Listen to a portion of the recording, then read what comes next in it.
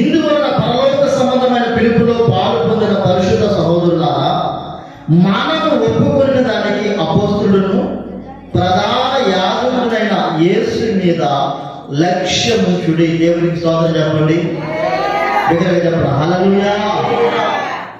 లక్ష్యము అనే మాట తీసుకొని మీకు కొన్ని విషయాలు చెప్పాలని ఇష్టపడుతున్నాను. ఈరోజు చాలా మంది చాలా వాటి మీద లక్ష్యం ఉంచి వారు ఎలాగైపోయినారో, ఎలాంటి పరిస్థితులు ఎదుర్కొన్నారో మనము తెలుసుకునే ప్రయత్నం చేద్దాం.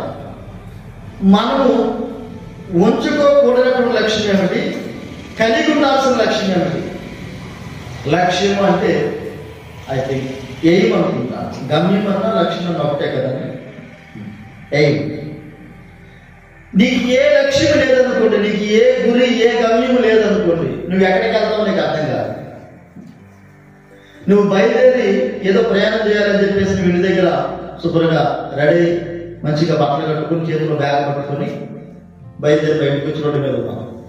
పక్కన కనిపించిన ఆయన అడిగాడు, ఏమో ఎక్కడికి వెళ్తున్నావు అంటే, నువ్వేదో ఒకటి చెప్తావుగా, పాలకొండ వెళ్తున్నాను, పార్వతపురం వెళ్తున్నాను, రాజం వెళ్తున్నాను, ఏదో ఒక పేరు ఎదురు చెప్తావుగా.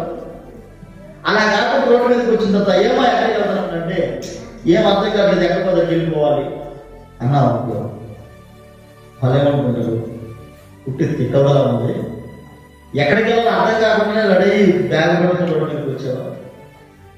ఇక నీకు ఒక గురి లేని ప్రయాణం చేస్తే నువ్వు ఎప్పటికీ ఎక్కడికి చేరలేదు. ఇవి బస్సు ఎక్కావు, ఆ కండక్టర్ గారు అడుగుతారు టికెట్ టికెట్ టికెట్ అంటే ఆయన చేతిలో ఒక 5 రూపాయల కాగితం పెట్టారు. ఎక్కడికమ్మానంటే ఎక్కడికో దానికి ఇవ్వండి అన్నాను. ఆయన ఏమంటాడు, నువ్వు ఎక్కడికో చెప్తే నీకు టికెట్ ఇస్తాను, నువ్వు చెప్పకుండా ఎక్కడ టికెట్ కొట్టమంటే ఎక్కడికో దానికి ఇవ్వయా అంటే, ఇక వాడు ఏం చేస్తానంటే వాడి చేతులు కథలోటి పెట్టావు కాబట్టి ఆ బస్సు నాన్ స్టాప్ ఎక్కడ అక్కడ వరకు ఇస్తాడు. ఎగ్జాంపుల్కి మన ఈ సంతరాజపురం నువ్వు ఎక్కేవాడికి బస్సు పాలకొండ బస్సు వస్తుంది కానీ పాలకొండ వరకు ఇస్తారు. పాలకొండ వచ్చిన తర్వాత వాడు నేను దింపేస్తాడు, నీ చేతిలో చిల్లర పెట్టి దిగమా అంటాడు. అదేంటండి అప్పుడే వచ్చిందా పాలకొండ ఏంది, ఈ బస్సు శ్రీకాకుళం వెళ్తా అంటే ఆ మాట నువ్వు చెప్పాలా అంటాడు. అవునా? ప్రతి ఒక్కరికి ఒక లక్ష్యం ఉండాలి. అయితే ఆ లక్ష్యము ఏమై ఉండాలంటే, చదువుకున్నటువంటి మాటలో యేసు మీద మన లక్ష్యం ఉండాలట. దేవునికి స్తోత్రం కలుగును గాక. హల్లెలూయా.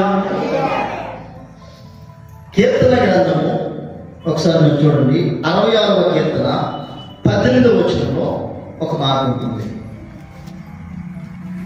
66వ కీర్తన 18వ వచనం, నా హృదయంలో నేను పాపము లక్ష్యము చేసిన ఎడల ప్రభువు నా మనవి వినకపోవును. దేవునికి స్తోత్రం కలుగును గాక. మనము ఉండకూడనటువంటి లక్ష్యం ఏమిటంటే, పాపాన్ని లక్ష్యంగా పెట్టుకుని మనం బ్రతకూడదని. పాపాన్ని లక్ష్యంగా పెట్టుకుని మనం బ్రతికితే చివరికి మనము పాపమునికి దాసులం అవుతాం. మనం చేరాల్సిన గమ్యము, మనము ప్రయాణం చేయాల్సినటువంటి మార్గము పాపం అయిందనుకోండి, చివరికి నువ్వు అక్కడికే చేరుతావు. నీవు పార్వతపురం వెళ్ళాలనుకొని చెప్పి శ్రీకాకుళం బస్సు ఎక్కితే ఎప్పటికీ కూడా నువ్వు పార్వతపురంకి వెళ్ళగలుగుతావు. పార్వతపురం వెళ్ళాలంటే పార్వతపురం బస్సు ఎక్కినట్లుగా నీ హృదయంలో పాపమును దాచుకొని ఆ పాపాన్ని లక్ష్యంగా చేసుకొని నువ్వు ఉంటే, పాపపు తలంపులతో, పాపపు ఆలోచనలతో, పాపపు హెచ్చులతో, పాపపు కోరికలతో నీవు కనుక నడుస్తూ ఉండి నువ్వు దేవుని సన్నిధికి వచ్చి ఎన్ని మార్లు ప్రార్థన చేస్తున్నా, ఎంత విజ్ఞాపన చేస్తున్నా, ఎంత కన్నీరు కారుస్తున్నా, పాపము నీ హృదయంలో అది దాచుకొని ఉన్నావు కనుక పాపమే నీకు లక్ష్యంగా, పాపమే నీకు కేంద్రంగా ఉన్నది కాబట్టి నీ ప్రార్థన దేవుని సన్నిధికి చేరదు. దేవునికి స్తోత్రం. హల్లెలూయా. ఒకరోజు ఆ పాపమే నేను నాశనానికి దారితీస్తుంది. పాపపు తలంపులు, పాపపు కోరికలు, పాపపు ఇచ్చులు ఎప్పటికీ నేను ఏలుబడి చేయడానికి అవకాశం లేకుండా జాగ్రత్త పడాలని ఈ మొదటి మాట నేను మీకు తెలియపరుస్తున్నాను. దావీదు భక్తుని యొక్క జీవితం ఎలాగైపోయిందంటే, 2 సమూయేలు గ్రంథం మీరు ఒకసారి చూడండి, 12వ అధ్యాయం 9 నుంచి 11 వచనాలు చూస్తే,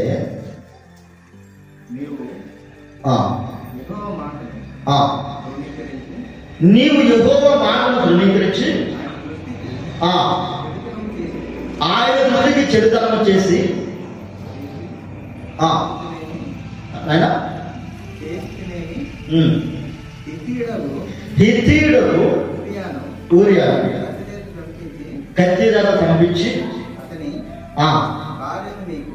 అతని భార్యను నీకు భార్య అవునట్లుగా నీవు పట్టుకుని ఉన్నావు, చంపించితివి. నీవు నన్ను లక్ష్యం చేయక అంటే ఈయనకి ఏమి లక్ష్యం అంటే దేవుడు కాదండి. ప్రారంభంలో అరణ్యంలో ఉన్నప్పుడు, అడవులలో ఉన్నప్పుడు, ఎవరు లేనప్పుడు తండ్రి చేత, అన్నదమ్ముల చేత, అన్నయ్యల చేత, తోబుట్టువుల చేత ధృవీకరించబడినప్పుడు, హేళన చేయబడినప్పుడు, ఎగతాళి చేయబడినప్పుడు, ఏ దారి లేనప్పుడు దేవుడే లక్ష్యంగా బ్రతికినటువంటి దావీదు దేవుడు కనికరించి కాస్తంత నెమ్మది కలిగినటువంటి జీవితాన్ని అనుభవిస్తే, యుద్ధము చేయాల్సిన వ్యక్తి, యుద్ధాన్ని నడిపించాల్సిన వ్యక్తి, యుద్ధం జరిపించాల్సిన వ్యక్తి, సైనికులకి ధైర్యం చెప్పాల్సిన వ్యక్తి, సైనికులకు ముందుండి నడిపించాల్సిన వ్యక్తి ఇంటి దగ్గర ఉండి పొద్దు పొడిచేంత వేళ వరకు పడుకొని ఆ సాయంకాలపు వేళ ప్రొద్దు కృంగు వేళ వరకు పడుకొని ఆ ప్రొద్దు కృంగు సమయానికి లేచి శరీర బద్ధకంతో మిద్ది మీద అటు ఇటు తిరుగుతూ చూస్తున్నాడు.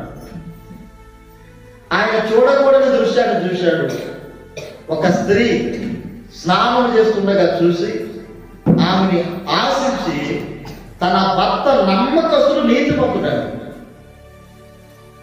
దావీదు కోసం ప్రాణం పెట్టడానికి కూడా వెనకడుగు వేయనటువంటి అంకిత భావం కలిగిన సైనికుడు అతను సైనికుడు కనిపించాడు. చూసావా పాపం ఎంత ప్రమాదకరమైందో? అమ్మా స్తోత్రం చెప్పండి. హల్లెలూయా. వింటున్నారు నాయన? నీ పాపము నేను పట్టుకున్నానని నీకు ఆల్రెడీ దేవుడు కొంతమంది భార్యను ఇచ్చాడు, అప్పుడు బహుభార్యకు ముందు కాబట్టి. ఒకవేళ నీకు ఇంకును వాటి విషయం వాంచుకుంటే, నీ దేవుడు అనుకుంటే నీకు దేవుడు అనుగ్రహించేవాడు కదని ప్రవక్త మాతను అంటాడు. సొంతంగా ఆలోచన చేసి ఒక నీతిమంతుని చంపించి అతడు భార్య నీతికి భార్యగా చేసుకున్నాడు దేవుడు వదిలిపెట్టాడా? ఈరోజు లోకం ఎలాగైపోయిందంటే, వాళ్ళ భర్తను విడిచిపెట్టి, కొంతమంది అండి, అందరు కాదు, భర్త మీద వ్యామోహం ఉండదు, పరపురుషుడి మీద ఉంటుంది. నేను అంటాను, నీ భర్త దగ్గర ఏ ప్రేమ ఉంటుందో, నీ భర్త దగ్గర ఏ సౌఖ్యం ఉంటుందో వాళ్ళ దగ్గర ఉంటుంది కదా. వాళ్ళని వదిలిపెట్టుకుని నువ్వు నీ భర్తను తృణీకరించి నీ భర్తను వదిలిపెట్టి పరపురుషుల దగ్గర నువ్వు ఆశిస్తావు, అది పాపం కదా. కొంతమంది పురుషులు తమ భార్యను వదిలిపెట్టి, భార్యను నిర్లక్ష్యం చేసి ఇతర స్త్రీల మీద వ్యామోహం పెంచుకుంటారు. నాయనా, నీ భార్య దగ్గర ఏ ప్రేమ ఉంటుందో, నీ భార్య దగ్గర ఏ సౌఖ్యం దొరుకుతుందో దాన్ని కాదనుకొని ఇతరుల దగ్గర వాసించడం పాపం కదా. నిన్న మనం 2 రోజుల క్రితం ఓ భయంకరమైన సంఘటన, నేటికి అది మింగుడు పడటం లేదు. ఎవరి ఇంట్లో తిరిగారు వారి ఇంట్లోనే సమాధైన పరిస్థితి, వారి చేతిలో సమాధైన పరిస్థితి. ఈరోజు ఒక 2 కుటుంబాలు, ఒక కుటుంబం ఏమో కన్నీరు ముందు అవుతుంటే, ఒక కుటుంబం ఏమో జైలు పాలై కూర్చుంది. ఎవరికి సుఖం ఉంది, ఎవరికి సంతోషం ఉంది? వారు చేసిన పాపం వారి పిల్లలకు కూడా తగిలి గింజి గడుగు లేకుండా నిద్ర ఆరాలు అనుకుంటున్నారు. ఎన్నోసార్లు చెప్తుంటాను నేను, మనం చేసిన మనతో పోదు మన పిల్లలకి తగ్గుతుంది, ఆ ఉసురు మంట మన పిల్లలకు వస్తున్నాయి. నీతిగా బ్రతకడం నేర్చుకో. చేసింది ఏదో చేస్తావు, వదిలిపెట్టే, కట్ చేస్తే కొనసాగించు.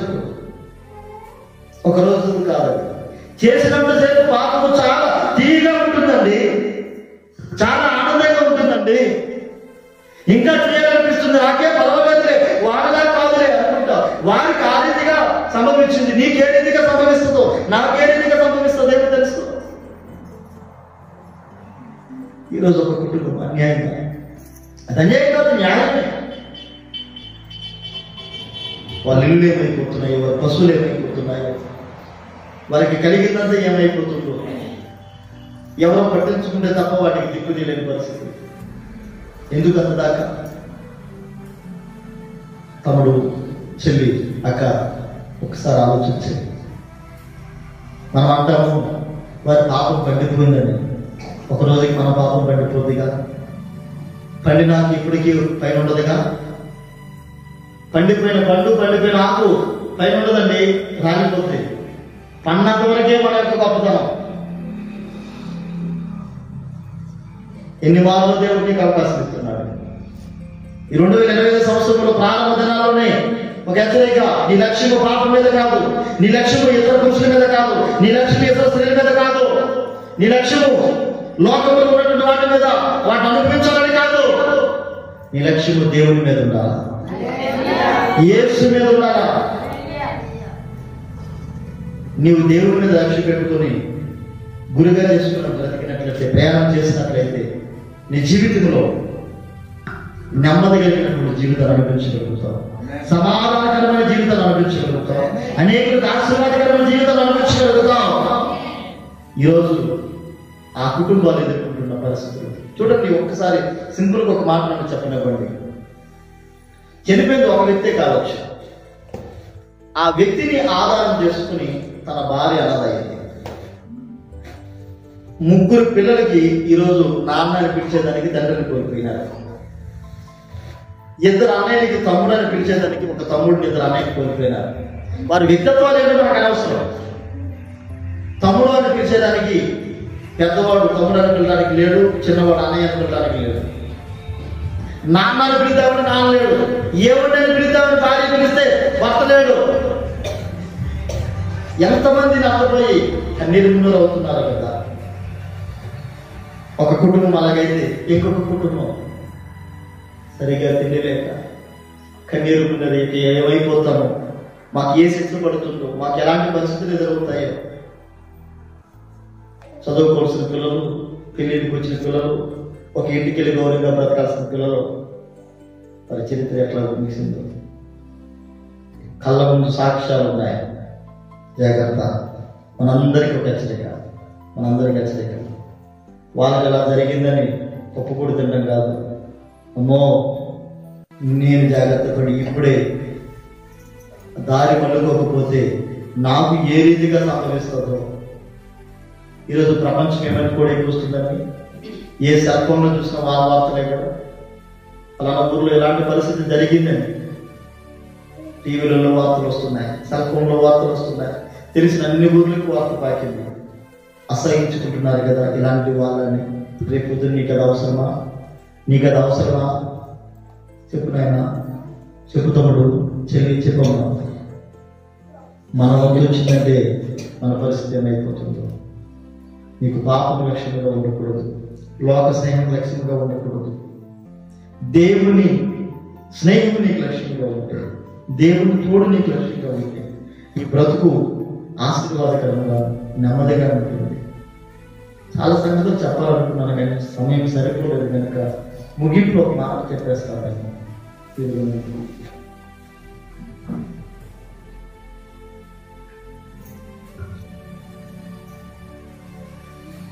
కీర్తన గ్రంథం 119 100 చూడండి. కీర్తన గ్రంథం 119 100. నీ ఉపదేశములను నేను లక్ష్యం చేస్తున్నాను. నీ ఉపదేశం నేను లక్ష్యం చేస్తున్నాను. దేవునికి స్తోత్రం.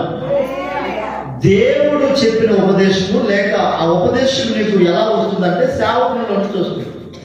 నీకు ఎవరు ఉపదేశం చేస్తారు? దేవుని సేవకుడే కదా. దేవుని సేవకుడి యొక్క ఉపదేశం లక్ష్యం చేస్తే నీకు వివేకము, జ్ఞానము కలుగుతుంది. దేవునికి స్తోత్రం. ఆ కింద వచ్చినప్పుడు ఉంటుంది, చదువు నేను ఆ సెంటెన్స్ గురించి. కావున ఆ, వృద్ధుల కంటే నాకు విశేషమైన జ్ఞానం కలదు. దేవునికి స్తోత్రం కలుగును గాక. దేవుని సేవకుడు నిన్ను గద్దించి ఒక మాట చెప్తే అమలారా, దేవుని సేవకుడు నీ కోసం, నీ మేలు కోసము ఒక గద్దింపు వాక్యం చెప్పినా, ఒక హెచ్చరికతో కూడిన మాట చెప్పినా, ఖండించే మాట మాట్లాడితే పాస్టర్ గారు ఎప్పుడు ఎలాగైనా మాట్లాడతారు. మేమంటే అసలు గెట్టదు, నా కోసమే మాట మాట్లాడాడు అనుకోవద్దు సుమి. దేవుని సేవకులు ఉపదేశములు ఎవరు లక్ష్యం చేస్తారో వారట వృద్ధులంటే అనేకమైనటువంటి జీవిత పాఠ అనుభవాలు నేర్చుకున్న వారి కంటే ఎక్కువ విశేషమైన జ్ఞానం వారికి కలుగుతుందట. దేవునికి స్తోత్రం. ఇలా చెప్పే ఒక సేవకుడు నీకు అవసరమే కదండి. ఇలా చెప్పే ఒక సేవకుడు నీకు అవసరమే కాదు. ఆయన ప్రశాంత ఉపదేశం నిర్లక్ష్యం చేసావనుకో, మా పాస్టర్ గారు ఎలాగే చెప్తాడు, మా డాడీ ఎలాగే చెప్తాడు, ఏముందని అనుకున్నావు అనుకో, రేపు పొద్దున్న నీకు వస్తే ఏమంటే ఎప్పుడు కూడా ఉపదేశాన్ని నిర్లక్ష్యం చేయకూడదు, ఉపదేశాన్ని లక్ష్యం చేయాలి. మొదటి పేతురు పత్రిక చూడండి ఆయన, క్షమించి 2వ పేతురు పత్రిక 1:19 వచ్చిన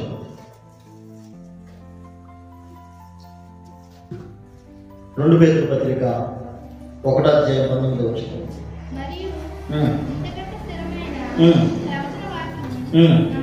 మనకున్నది వేకువ చుక్క హృదయంలో ఉదయించే వరకు ఆ వాక్యము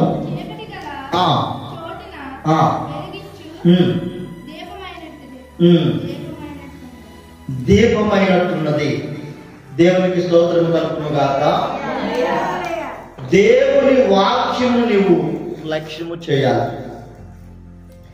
ఎందుకు దేవుని వాక్యం లక్ష్యం చేయాలంటే, దేవుని వాక్యము మన పాదములకు దీపము అని వాక్యం మనం ఎరుగుతుంది కదా. దేవుని వాక్యం మన పాదాలకి దీపం.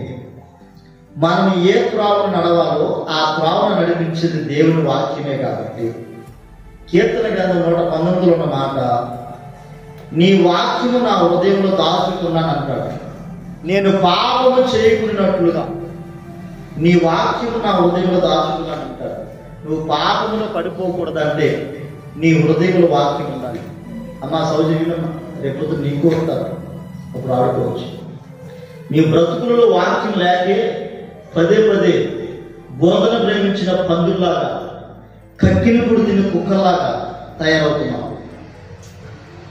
కుక్క ఏం చేస్తుందంటే, దానికి మంచిగా ఆహారం పెడితే కడుపు నిండా తిని అరగంట సేపు అరిగించుకొని పక్కకి వెళ్ళి వాంతి చేస్తే చెమ్మడతో కూడుకున్న కొక్కు కంపు పుల్ల వాసన, దానిని అది మూసుకొని తింటుంది. అది ఎంత ఇష్టమో. కక్కిన కూడు తిన్న కుక్క అంటాడు పేతురు పత్రికలో.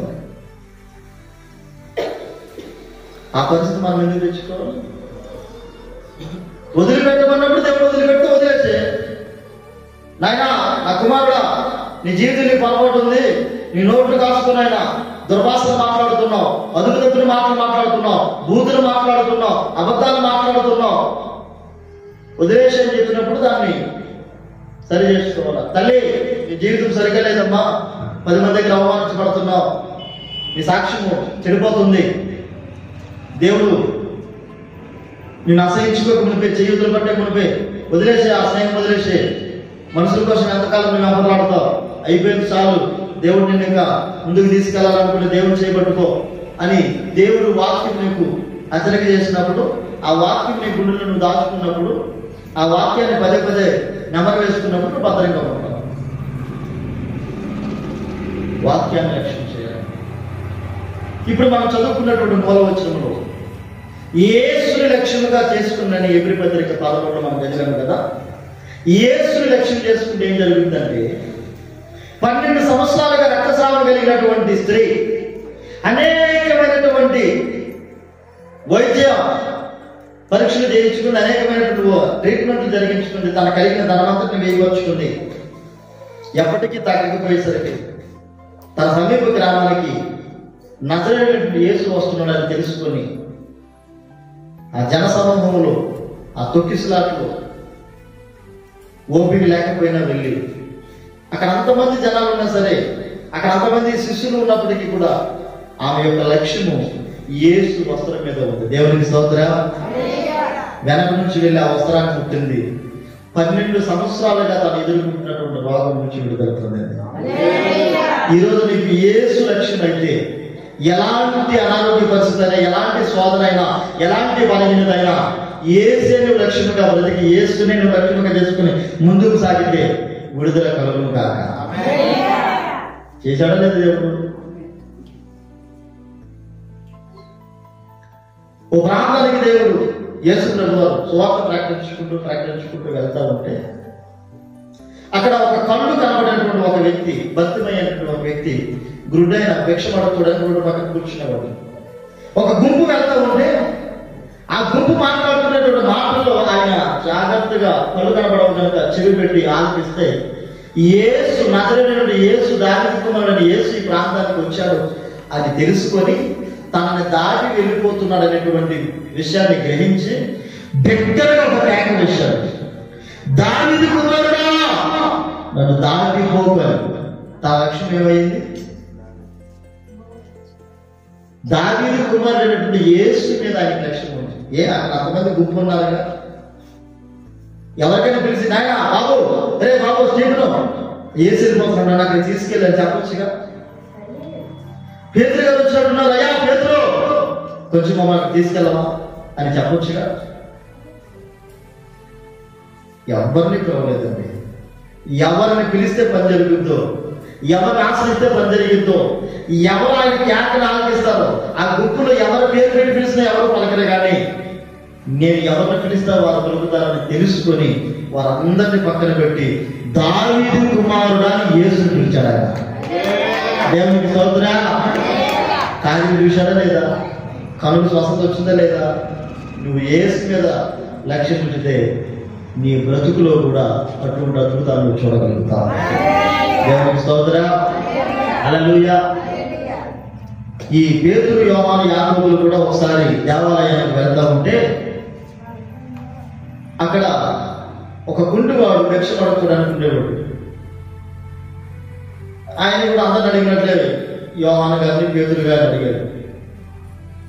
అప్పుడు ఆయన ఆవు ఇటువైపు చూడంటే ఆయన వాళ్ళకెళ్ళి చూడకుండా జోబుకెళ్ళి చూస్తున్న పరిస్థితి. వాడి లక్ష్యం ఎక్కడ ఉంది? ఎందుకంటే దాని అక్కడే ఉంటారు. ఈరోజు దేవుడిని వెంబడిస్తున్న వారు కూడా దేవుడి వాక్యం నుంచి పదే పదే నీతో మాట్లాడి నన్ను లక్ష్యంగా పెట్టుకోండి, నన్ను కేంద్రంగా పెట్టుకోండి అంటే మందిరానికి వెళ్తే ఏమైనా దొరికిద్దేమో, మందిరానికి వెళ్తే ఏదైనా ఆశీర్వాదం వచ్చేదేమో, మందిరానికి వెళ్తే నాకు ఈ కోరిక తీరిపోవాలి, ఈ ఆశ తీరిపోవాలా, ఈ దెబ్బకి అప్పు తీరిపోవాలా, ఈ దెబ్బకి రాగం తీరిపోవాలా. తీర్చాడు దేవుడు, నీ అప్పు తీర్చాడు, నీ రాగం తీర్చాడు, నీ అనుకున్న కోరిక తీర్చాడు. ఏదన్నా అక్కడ నుంచి మనకు ఏంటప్పుడు అదిగా నీ లక్ష్యము దేని మీద తెలుసా? శాశ్వతమైన దాని కోసం కూర్చున్నారు. పేతురు మా జోబులకి వెళ్ళి, మా సంచులకి వెళ్ళి, మా దగ్గర డబ్బుకి వెళ్ళి కాదా, మా దగ్గర ఏమీ లేదు, మేము దేనికి కలిగి ఉన్నామో తెలుసా?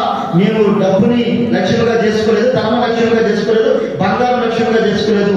మేము లక్ష్యంగా చేసుకుంటూ మేము కలిగి ఉన్నది నజరేయుడగు యేసు లే అన్నప్పటికీ అన్ని సంవత్సరాలుగా చచ్చిపడిపోయిన కాళ్ళు బలం పొందుకుని మళ్ళా లెగిస్తే వారితో పాటు దేవాలయానికి వెళ్ళడానికి రాసింది అక్కడ.